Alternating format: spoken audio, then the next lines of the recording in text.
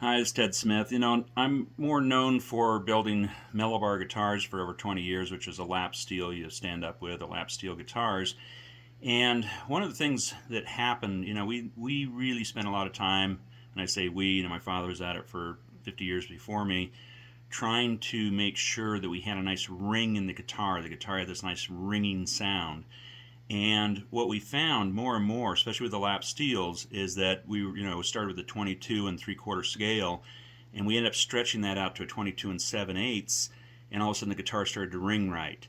Now, there's a couple of things like Bill Lawrence with Lawrence Pickups used to always talk about where we put the pickups as far as where the harmonics would end up over the magnets, how that made a huge difference in the sound. And as we played with that scale, we found that we got a better sound at that 22 and 7/8, that slightly stretched scale. Um, the next thing that I started to notice is on standard guitars, I'd have a guitar that would tune, it tunes up to E, 440 pitch, but it didn't sound right. It just didn't have a ring to it. And what's happening is there's an elliptical wave in the string. Pick it under a strobe light and you'll see there's this elliptical wave in the string itself. And that elliptical wave, if it ends at the bridge or the nut, not at the end point of that wave, it doesn't have that ringing nice sound that we like out of guitars. And I think a lot of guitars guys go, oh, this guitar is no good, I don't like it. What's really going on is that the scale is what we call pinched. Usually it's usually too tight. This guitar came that way. So this is a Blues Hawk, Epiphone Blues Hawk. Beautiful guitar, great sounding guitar. I get it, and the guy said I hate it. I think it's a terrible guitar.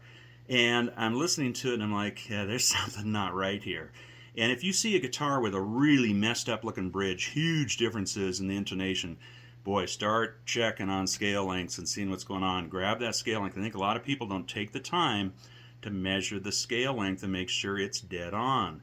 So with this guitar, I just want to show the example. Look at how much I had to cut. I had to cut that spring completely off, basically the bass string. The scale was pinched by about 2 to 3 tenths of an inch, and it would play, but it didn't sound great. It didn't have a ringing, nice sound. So I started checking, and the scale length was tight.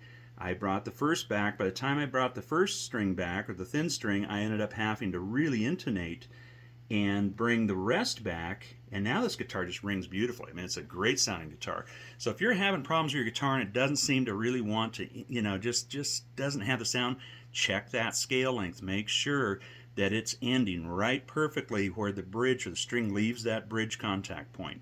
Hope that helps.